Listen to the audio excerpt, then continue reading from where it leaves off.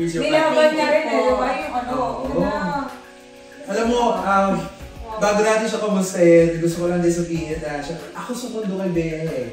Sinundo ko siya to come back here at sumamba ulit sa The Clash Arena. And I'm really so proud of you. Thank you, Kuya. Yeah, so what, I mean, ano nararamdaman mo ngayon?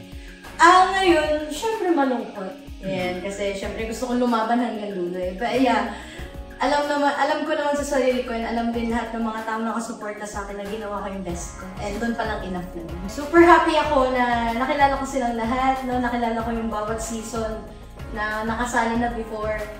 Yan, so very happy ako and yan. Good luck sa inyo guys! Alam ko lahat kayo magagaling and sa pagtungtong pa lang dito sa The Clash, nanalo na kayo lahat. Keep on supporting guys, kasi as long as naniniwala kayo sa talent na meron ako, magpapatuloy pa rin ako lumaban hanggat kaya ko.